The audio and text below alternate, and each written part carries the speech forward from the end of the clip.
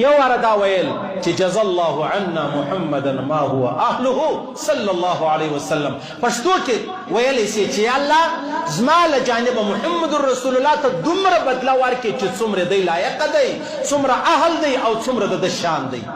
پښتو کې ووایه. تاسو به څه کوئ؟ تاسو به دا تورې وایاست. دغه درود د ځان سره ضروري لازمي کړئ. جزا الله عنا محمدا ما هو اهله، جزا الله عنا محمدا ما هو اهله. اویا زره فرشتې څه کوي؟ زر ورځې زما استاد یو واره ویلو ثوابونه لیکي، نو که ما ورته سل واره ووایي بیا څه چم کوي؟ څومره لوړ شان دی د محمد رسول الله په خپل ژوند کې. زه الحمدلله د سهار سنت و د فرضو په مابینځ کې بل کار نه کوم، خالي دغه درود چې دی هغه وایم، او ډېر مجرب درود دی او ډېر عظیم درود دی او ډېر د محمد رسول الله د شان لایق درود دی. دا ضروري شوه دا خبره؟